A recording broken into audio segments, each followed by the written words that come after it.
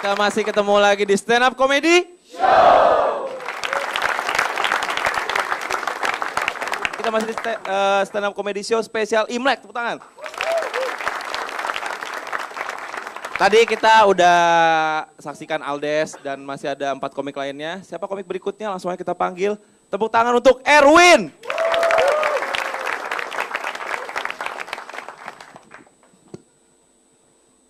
Halo, selamat sore. Gini. Ngomongin Imlek, gini loh. Menurut gua Imlek itu nggak ada bedanya dengan hari raya Lebaran. Sama aja kayak Lebaran. Apa-apa mesti serba baru. Ya, dan kayak gitu juga di keluarga gua berlaku kayak gitu juga. Biasanya menjelang Imlek, biasanya gua bakal dipanggil nyokap gua, dikasih duit. Itu buat belanja. Kayak nyokap gua manggil, Win sini mama kasih duit. Nyokap gua dengan gaya encik-encik mangga doang ngitung duit yang kayak gini. Padahal duit logam. Ya, tapi kalau gitu ya, kalau gue emang dikasih duit buat belanja ya gue pasti belanjain. Kayak kemarin gue baru beli celana yang sempat ngetren, apa itu namanya? Celana Cino, tau kan celana Cino? Cuma pas gue beli, abang-abangnya ngeselin banget. Pas gue beli celana Cino. Hah? Cino? Iya Cino, nih Cina bang itu. Ngeselin aja.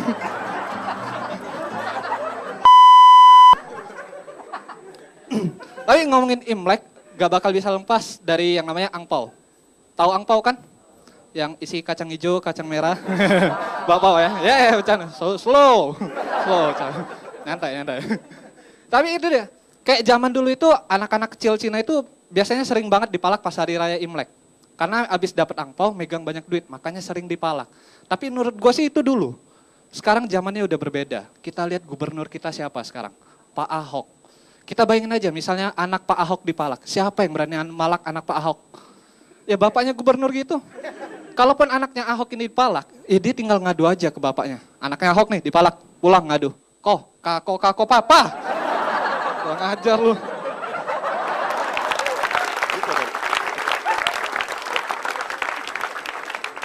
Dan tradisi di keluarga gua ketika Imlek, malam Imlek itu biasanya kita ada kumpul keluarga besar, kumpul keluarga. Dan di situ sebenarnya gua kadang malas untuk ikut itu. Kenapa? Karena setiap gue ikut pasti akan selalu dapat pertanyaan yang sama. Kapan nih kawin?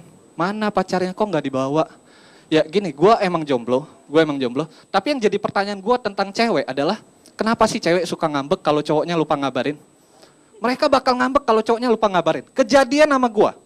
Gue sempet dekat sama cewek dari Surabaya. Ketika gue ke Surabaya satu hari, gue lupa ngabarin dia. Gue pulang, gue BBM dia minta maaf. Dianya jutek, dianya ngambek, respon dia cuma balas BBM singkat kayak gini. Oh gitu, yang Surabaya nggak ngabarin, sombong lah. Ya karena emang gue yang salah, gue minta maaf. Tapi respon yang gue dapet selalu sama dia bilang, oh gitu, yang Surabaya nggak ngabarin, sombong lah. Sampai akhirnya gue coba BBM terus, gak dimaafin. Sampai akhirnya gue mikir, kayaknya gue mesti nelpon dia buat selesaiin masalah ini. Akhirnya gue putusin buat nelpon dia, gue ambil telepon, gue pencet nomornya, gue telepon. Ada nada sambung pribadi. Tut, oh gitu, yang Surabaya nggak ngabarin, sombong lah.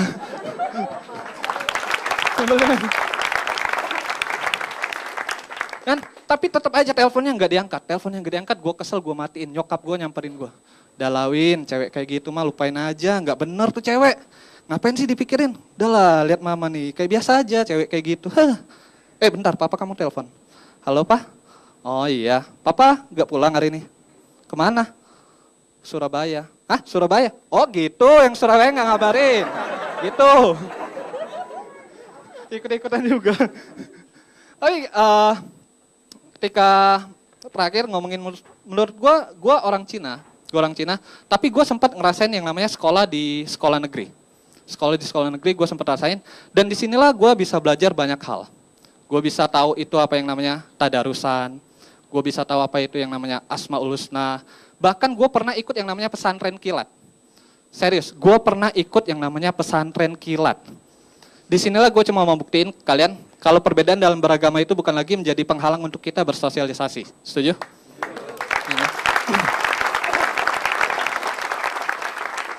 Dan kalian tahu apa yang orang Cina lakukan ketika ikut pesantren kilat? Dagang sarung. Sarungnya cap naga duduk.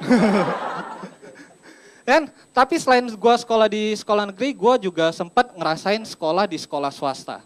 Gue sempat pindah di sekolah swasta, dan di sekolah swasta gue itu gak ada yang namanya upacara bendera. Di sekolah swasta gue dulu gak ada yang namanya upacara bendera, serius, gak ada. Tapi setelah gue pikir, menurut gue sih bukan karena kita nggak nasionalis. Tapi kayaknya bakal ribet aja. Kalian bayangin ada sekumpulan orang Cina, ditaruh di satu sekolah, ketika upacara bendera apa yang mereka lakukan? Misalnya ketika disuruh hormat bendera atau disuruh hormat, bakal ribet. Misalnya disuruh hormat, kepada pembina upacara, hormat, gerak. Selamat malam, gue Erwin, thank you. Erwin. Ini mungkin kita butuh tanggapan dari komik-komik yang lain. Mungkin dari komik yang paling dekat sama Ajal gimana? Paling tua maksudnya paling tua. Gimana? Tanggapan sama komik-komik gimana? Yang lebih China mukanya. Oh iya, boleh. Gimana?